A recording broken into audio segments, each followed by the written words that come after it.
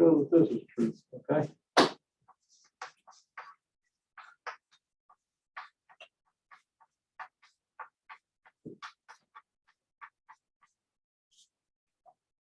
Well, then, 5 times the quantity x squared plus 4x, 5 times x squared, plus 5 times 4x, right? That's the distributive law. So it should be automatic when you see something like this to know that you can multiply through by that 5.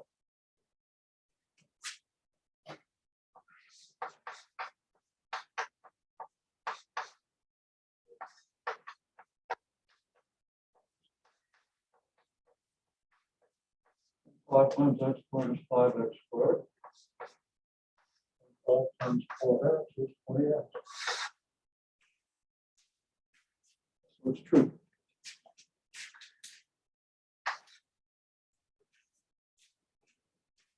Okay. X squared plus 4x equals x times x plus 4. Let's see.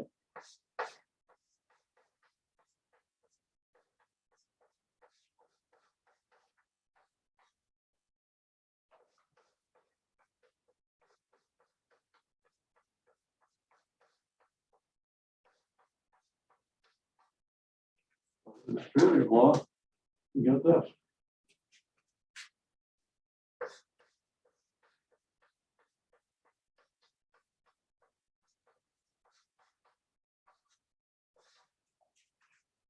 Right?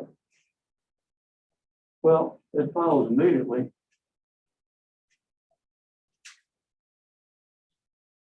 that if x squared plus 4x is x times x plus 4, what we have here is 5 times x plus 4, right? Because if this, which is equal to this, is equal to this, then we can put this in place of this. I can say that's sense.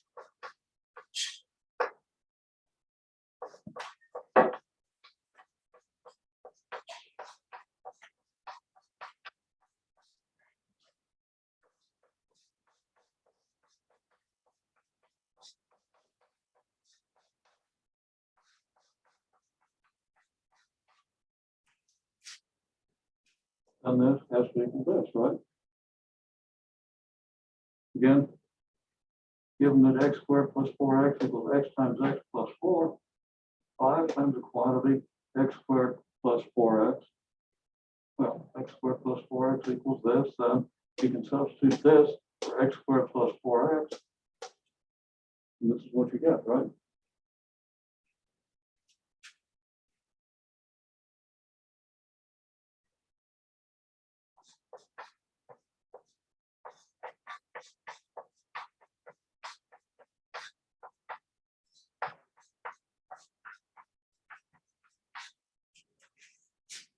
And it follows then that 5 times x squared plus 4x is 5x times x plus 4, because you just multiply 5 by the x. Okay. Then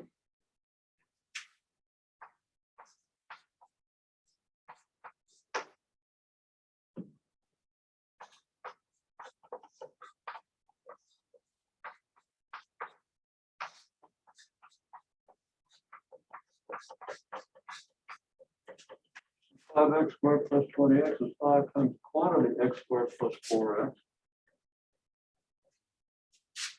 And x squared plus 4x equals this.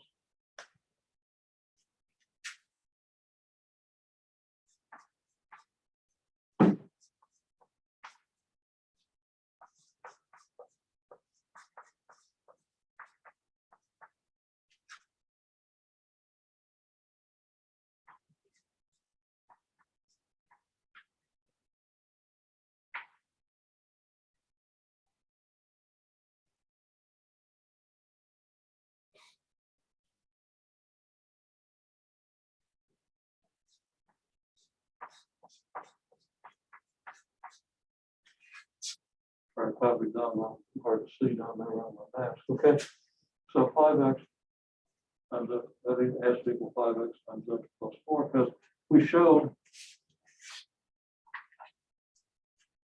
that this equals this, right?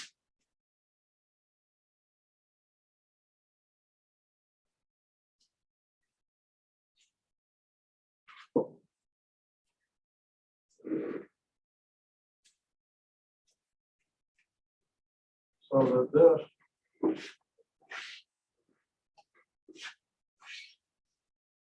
is here, and we get it there. Okay, well, without going into too much more detail on that, if we look at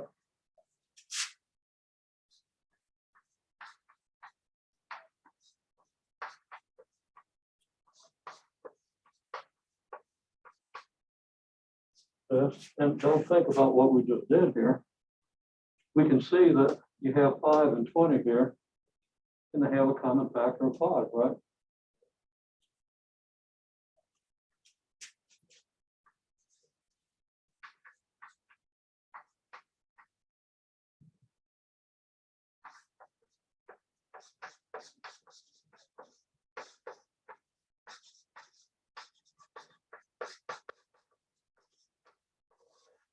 It's easy to see that this can be written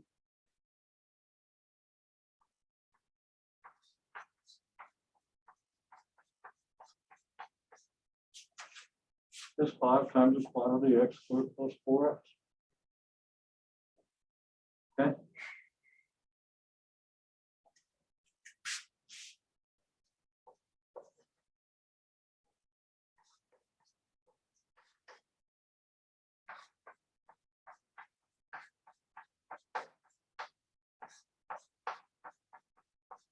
And also x squared plus 4x. Well, you got an x here and you got an x here, right? So you pull that x out of here and write this according to distributive law as x times x plus 4.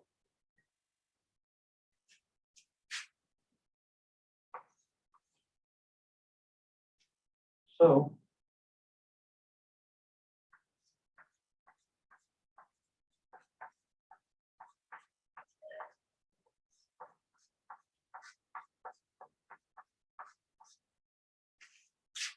this equals this. Now, if we get used to this, and we're going to do some examples, hopefully get used to it here in a few minutes, okay? When we look at this, we don't have to just see that 5 is a common factor. We can see that x is also a common factor. Then we could pull that 5x out of there and write what's left over in here. Okay. Let's see what we can do. A few more examples now, just looking at it like this. So that's called factoring. We pull a factor out of the expression. So we can write the expression as that factor times a simple expression. I'll try it for this.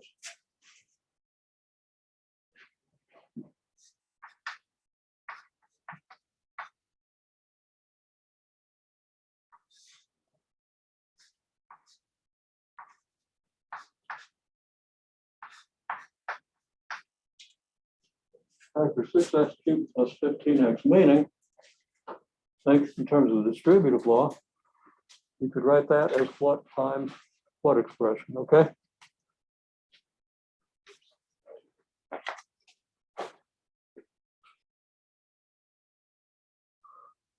Okay. Okay. I don't think that was recording during that law. Just so there's some dead space on the video. But okay, so in this case, 6x cubed plus 15x. You see the 3 is a common factor of 6 and 15. So we can multiply, put a 3 out here. Now the question is, what do you put in here? Make this equal to that. Well, if I put a 2x cubed 5x in here, then we can see pretty clearly that 3 times 2x cubed gives us 6x cubed, and 3 times 5x gives us 15x. Okay. Then we go a little further, because I can write this as 3x times something. Okay? Because we have both an x here and an x here. Now, we don't have any higher power of x. The highest power of x we have is the first power. So we can't use the higher power of x, but we can use the first power. And we see that then multiply 3x by what to get 6x cubed. Well, that would have to be 2x squared. Check 3x times 2x squared, 3 times 2 is 6. X times x squared is x cubed. And then it's plus 5 because 3x times 5 gives you 16x. Okay. Well, we go to the 14x cubed, which is closely related. 14x cubed plus 35x squared is closely related to what we do here. We see that 14 and 35 have a common factor of 7.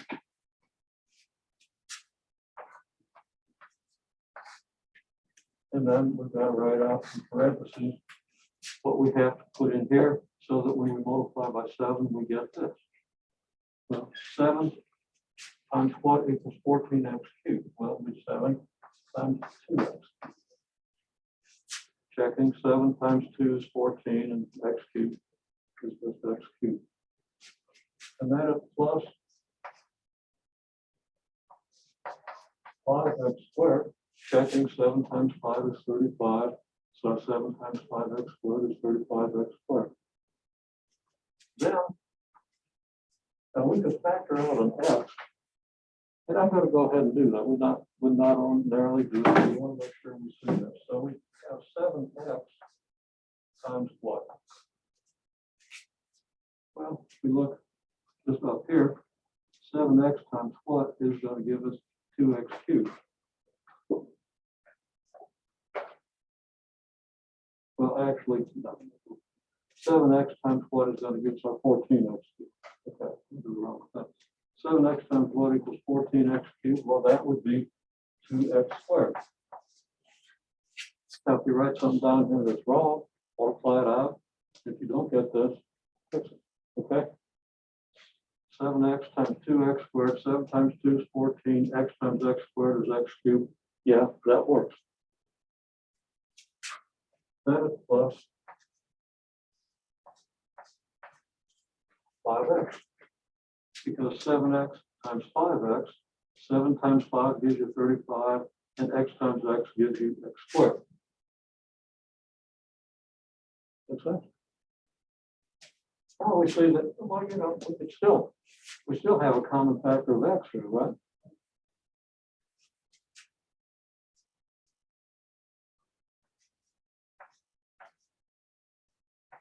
I'm going to say, well, that's 7x, but that's times x times what?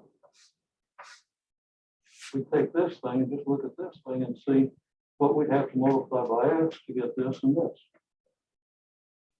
And what we multiply by x to get 2x squared, well, that would be 2x. What we multiply x by to get 5x, well, that would be 5. Now we can multiply all that out.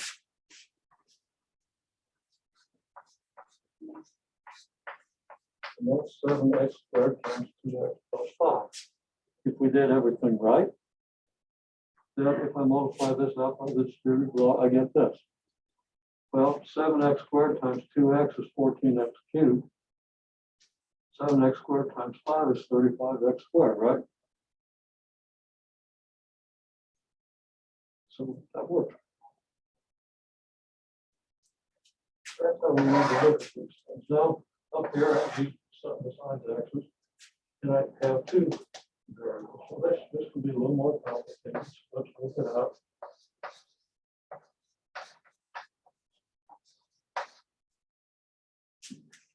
Okay, first of all, let's look at the numbers. Well, there's a common factor with 4 and 10, that's 2, right? So we can write this as 2 times what? Well, we got to get 4a squared b squared. So we're gonna need to have two something. That's 2 times 2 gives us 4.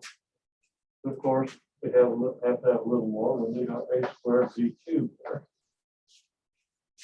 And we can check and see the 2 times 2a squared b cubed equals 4a squared b cubed. And then 2 times 5 is 10, so we're gonna have to put a 5 here. It should be pretty clear that we need an a squared b.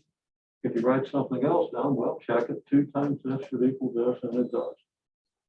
Check it at every step. Make sure every step looks the same. Make sure every step works. Now we can skip a lot of these steps once we understand what it looks like, and I'm going to do that with this. Right now, we're going to go really slowly. We can look at this and see, well, we've got an a squared here and an a squared here, don't we? We've got, don't we? No, we've got half of it. Okay. So a squared and a squared, so that means I can put an a squared here. And then if I put the right things down here, this is going to multiply out to give me this, okay? I'm going to need a 2, because 2 times 2 equals 4. I'm not going to need any a's, because I'm going to have a squared when I multiply this. But I'm going to need the b cubed. And 2a squared times 2b cubed, 2 times 2 is 4. A squared times no a's there gives me a squared. And a squared times b cubed gives me a squared b cubed. And then this will be plus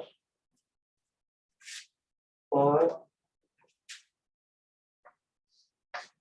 But 2a squared times 5 is 5a squared. That is 10a squared, not 10a squared b. In order to get 10a squared b, I need to put a b in. And now this times this equals this. And we're done. Okay?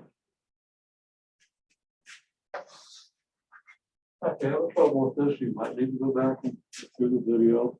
Or no, somebody raised their hand, which means I did something stupid. Oh yeah, there's more, isn't there? Yeah. I just stopped too soon. Go back.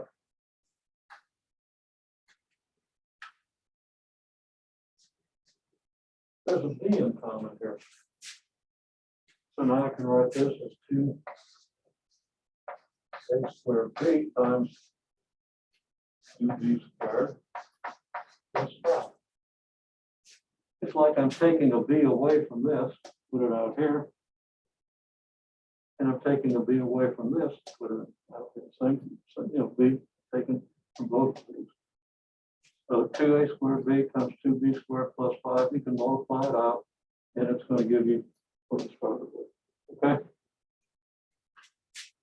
Now, how do we look at this? Once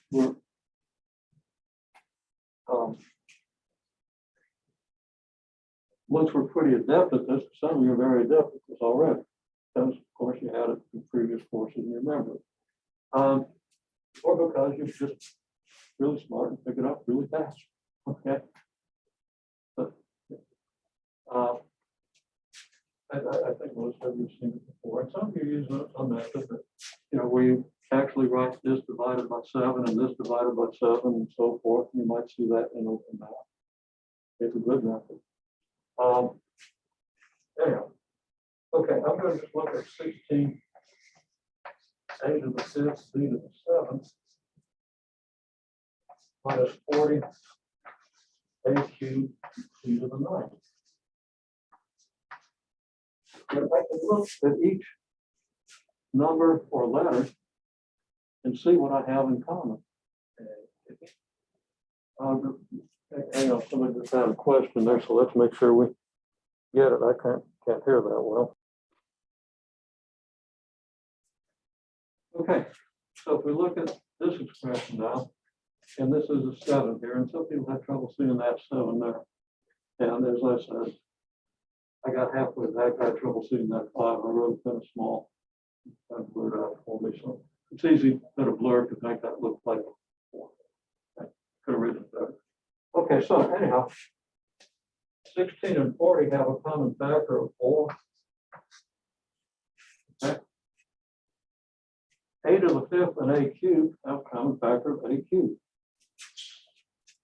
So I can take the lower of the two powers and write it there.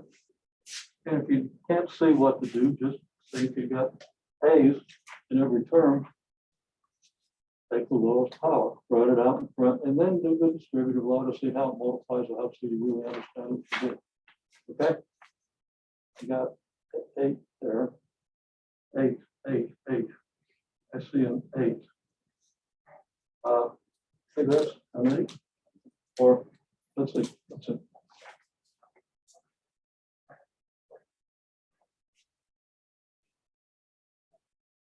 You say you got 8 because 16 and 40 have a common factor of 8. Yes, we try to find the greatest common factor. Okay. When I made it up, I just wanted the greatest common factor before. So I didn't even look at what I have there, but yes.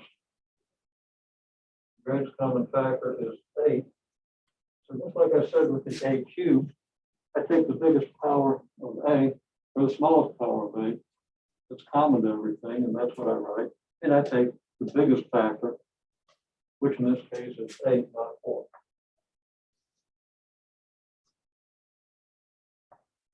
And then the biggest factor of b would be the 7th power, right? Or the biggest power of b that's common to both would be the 7th power.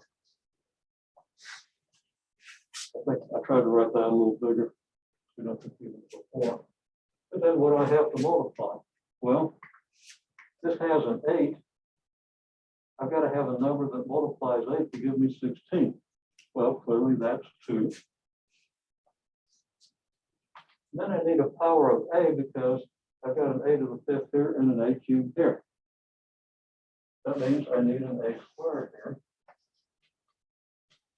And I've got a b to the 7th here, so when I multiply this by this, I'm going to get the b to the 7th, right? So I'm done with this term. So multiply a cubed b to the 7th by 2a squared. 2 times 8 is 16. A squared times a cubed is a to the 5th. So we have that. And then clearly we're going to do the 5 here, multiply by the 8 and give us the negative 40. It's got to be a negative 5 since we have a negative 40 here. We've already got a cubed, so we don't need any more a's on this. But we need b to the 9th, and we've only got b to the 7th. Then we need b squared. And that's it. Multiply that out, make sure that this doesn't have any common factors. And if I'd have done that and been paying attention with the 4 here, I'd have had a 4a cubed minus 10b squared, right? And then I might have seen that the 4 and the 10, oh yeah, there's, yeah, should have used it. Okay.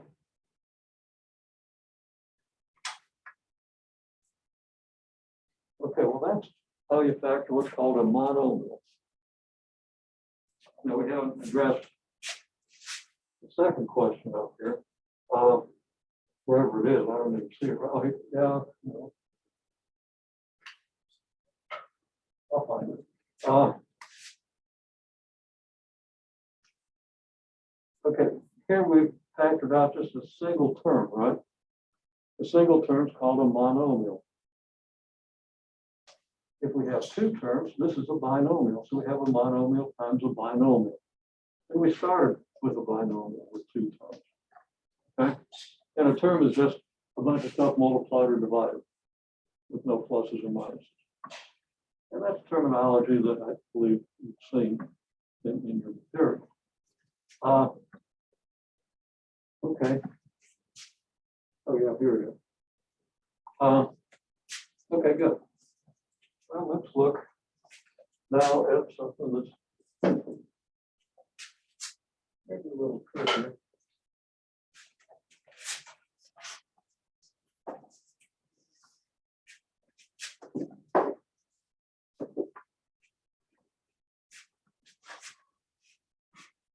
First of all,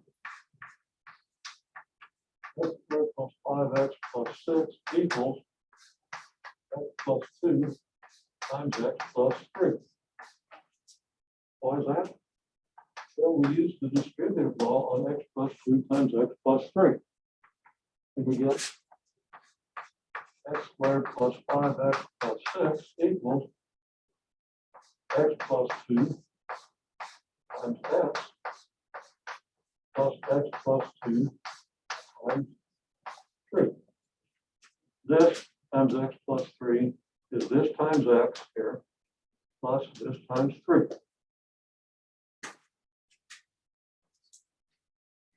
Now x plus 2 times x is x times x plus 2 times x.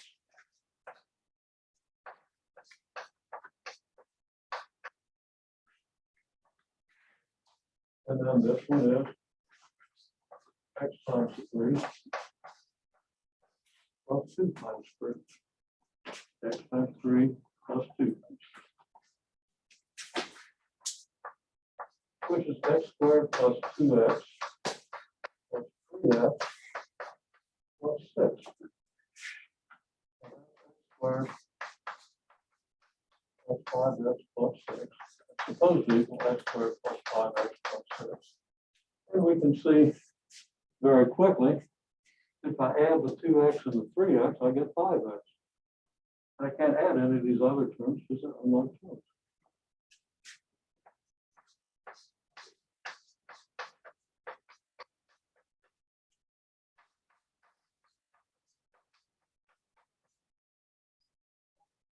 So we just proved it. Okay. You want to see this so you understand how factoring of trinomials work. This is a trinomial. We want to factor it into a product of two binomials. If possible, it's not always possible. It's not with real numbers. It's always possible with complex numbers. Okay. Where did the 5x come from that matches the 5x here? Let's trace it back. Okay, we've got our 5x, which matches our 5x. That's good. Where did that come from? That came from adding the 2x and the 3x. Right? And that came from multiplying this 2 by x and this x by 3. So how many came from here and here?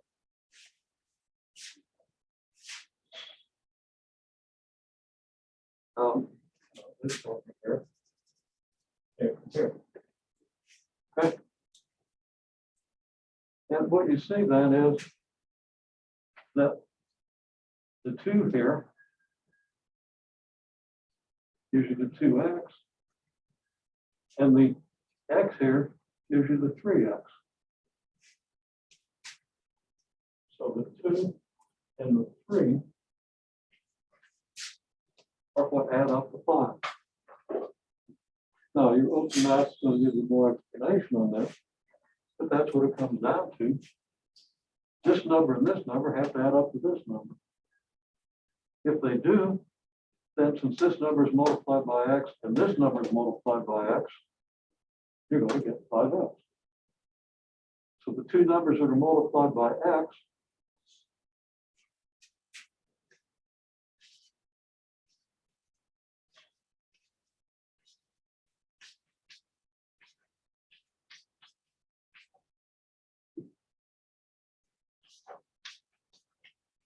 three and the 3 both multiply x.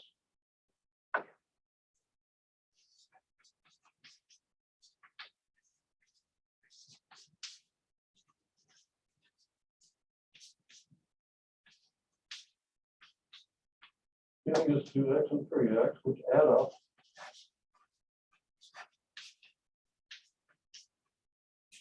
5x. Okay.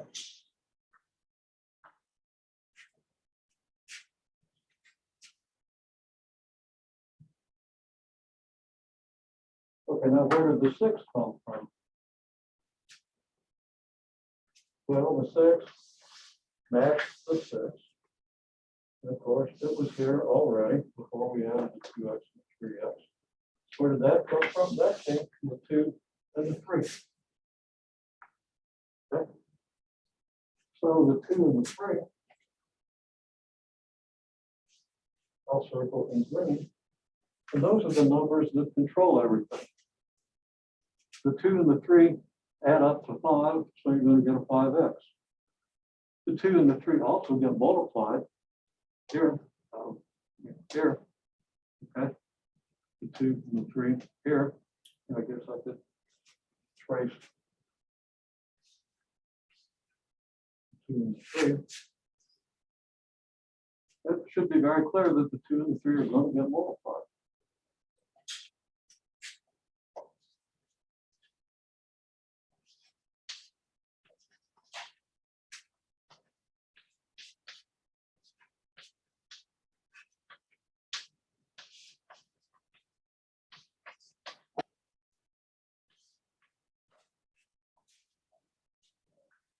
All right.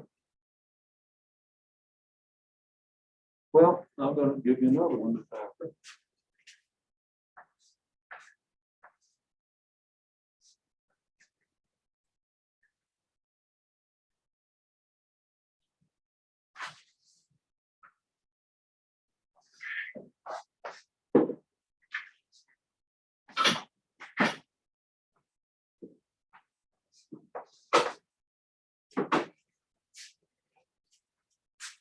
X squared plus 8x plus 15 equals x plus what? Is x plus what? Now, these two numbers have to do what? They have to give you the 15 and they also have to give you the 8. So you want to start with two numbers that give you 15. What two numbers could you multiply to get 15? 3 and 5 or 1 and 15. Okay. So this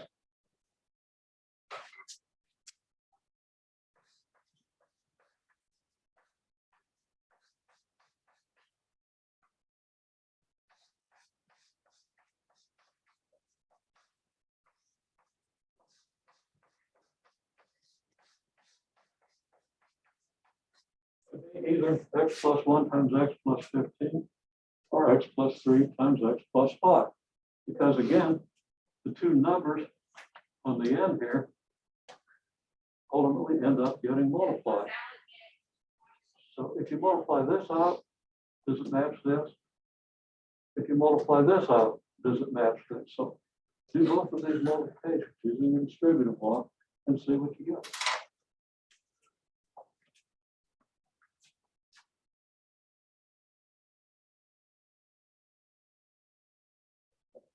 A lot of people didn't check out both possibilities, and they need to be used to doing that. So let's see what we got. Okay, first of all, I'm going to multiply these out. I'm going to multiply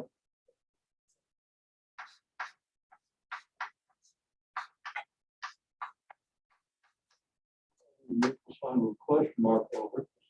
Question is this: could this equal x plus 1 times x plus 15? Well, does it equal then x times? That's right. What I usually do. Plus 1 times x plus 1 times 15, because this chunk times this sum equals this chunk times the first number here, or first symbol, and this chunk times this symbol. That's what the distributive law tells you. There's another way it could be written. We could write x times this chunk plus 1 times this chunk. And that's perfectly okay if that's the way you prefer to do it. 6 of one, half dozen of the other. I started doing it this way, and I'll continue to do it this way just to avoid confusion. So there are two ways that this stuff could be written out. They both end up giving you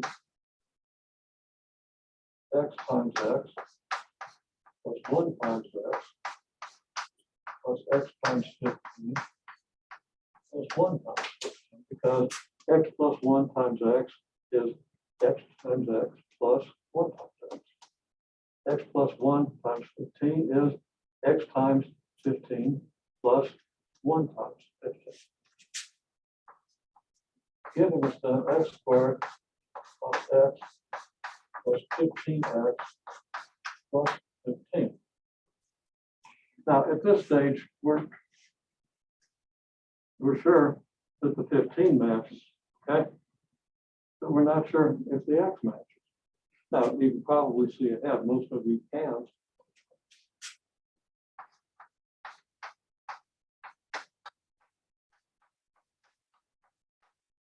In case you can't, you know, sometimes you need to walk before you run. X plus 15x, you got 1x and you got 15x's, you got 16 of them, right?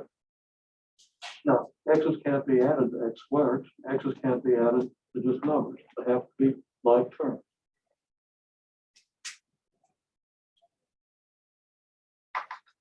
Well, every step has x squared plus 8x plus 15 here. Add the question mark on the equal sign. And the answer is no.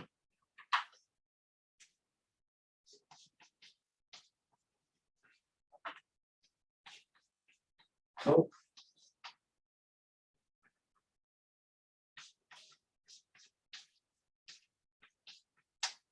everything matches except the 16x and the 8x. That's 16x isn't 8x, right? So it didn't work. And sometimes you just got to keep trying. Okay, so we do now.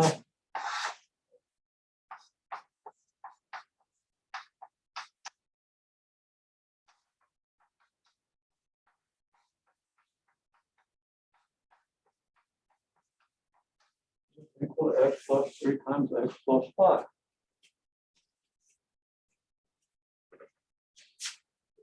Well,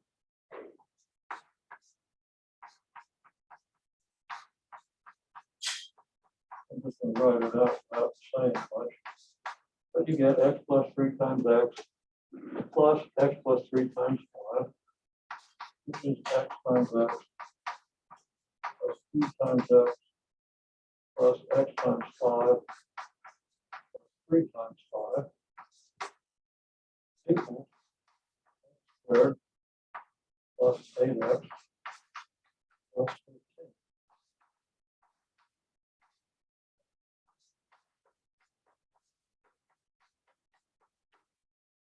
So it works. So the answer to the question mark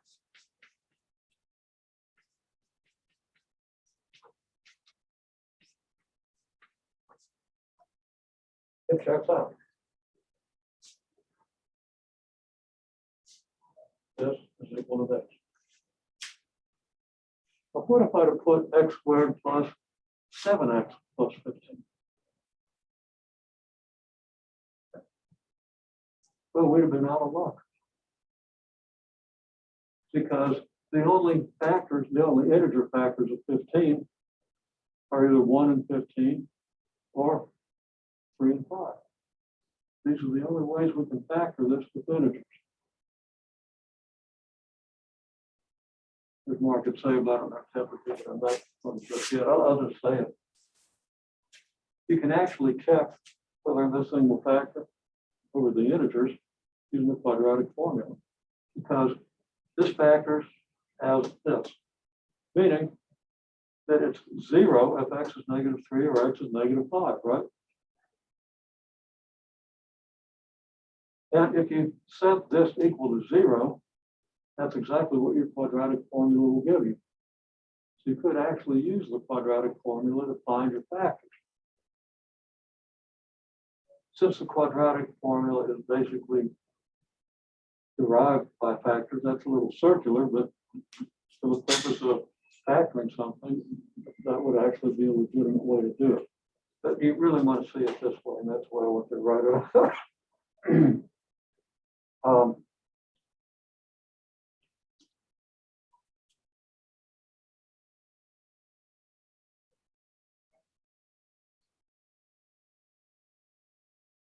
So if you had a 7x here, your discriminant would be 7 squared minus 4 times 1 times 15. That'd be 49 minus 60, which is negative 11. You know, square root of a negative. That means you can't factor this in at all over real numbers, although you can factor over complex stuff. Now, we're not going to go into that depth in this course. But I did want to mention that there's a connection with the quadratic formula. And you might see that. You probably will see that in pre-calculus. Okay. Okay, well, let's just try one more.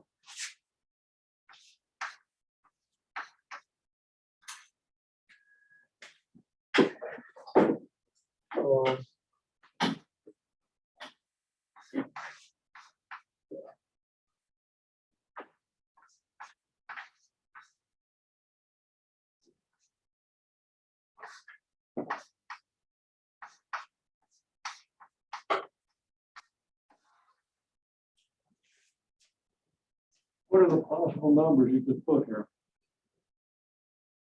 Well, one possibility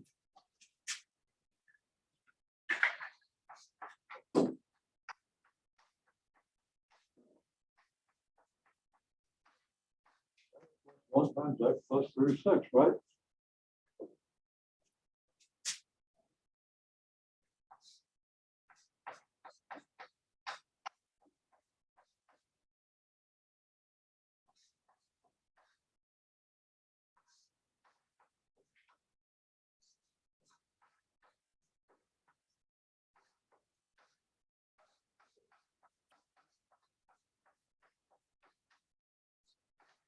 There are all these possibilities.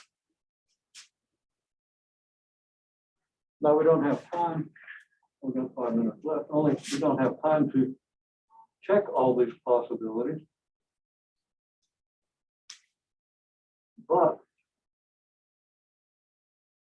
that's what you would often do, okay? And nothing works. Get something that needs to come to my attention. Let's get that. Okay. These are the only possibilities with integers. Now we could go to something like x plus 1/2 times x plus 72. 1/2 and 72 and multiply out to give me 36. And there are all kinds of fractions we could use. But we're going to stick with integers in this class. Okay. Well, if you understand how everything works over here, remember that the 2 multiplies x and the 3 multiplies x. So you're going to get 2x plus 3x, right? Now, by analogy, well, and over here, the 1's going to multiply the x and the 15's going to multiply the x. That's going to give us an x and a 15x, which is 16x, which is going to match 8x, right? If we look at this, we're going to have a 1x and a 36x. That's not 10x, is it? We're going to have a 2x and an 18x. Well, that gives us 20x, but it does give us 10x. Okay. And 3x and 12x. 3x here and 12x here. That'll give us 15x. That doesn't work. And 4x and 9x adds up to 13x. That's getting closer. That doesn't work. Okay. And then, of course, if you use the discriminant, 10 squared is 100. 4 times 36 is 144. Your discriminant will be 100 minus 144, negative 44. It's not going to work. And you could actually even think of that and see that it won't work. Okay. Well, the next step in factoring is, what if we have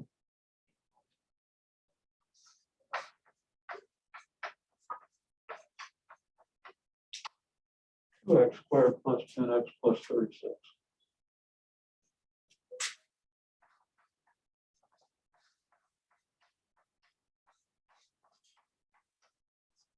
gonna have to be 2x plus something and x plus something, right? And that's gonna get more complicated. Your possibilities are gonna become a lot greater. So you could have 2x plus 1 times x plus 36. And you can see right away that that's not going to work. 36 times 2x is 72x. And 1 times x is going to help you much. You're not going to get anywhere close to 10. Of course, you could try 2x plus 36 times x plus 1. Well, that's a little better. You're going to get a 36x here, and you're going to get a 2x, that's 38x, but you're still nowhere close to 10x, right? So maybe we try some smaller numbers, okay? Maybe we skip this one and this one for the moment and try this one. Okay, let's try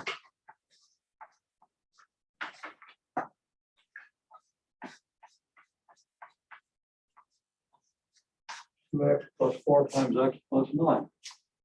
Well, 9 times 2x is 18x, and that's 4x. That gives us 22x. That's not helpful. Let's try 2x plus 9 times x plus 4. And you can see that you're going to get a 9x and an 8x. That's 17x. It's still not going to work, right? So I said that a little fast because we're actually out of time. But back at the video for that discussion again. And your book is going to use that F word thing, and that's okay. That F word stands for first. We multiply the first by the first to get your x squared. Outer, which means you multiply the x by the 36 to get your 36x. Inner, you multiply the two inner numbers. Okay. And the outer and the inner numbers is what should add up to this. And then last, the last number times the last number. And if you have sensitive eyes and don't want to see add language,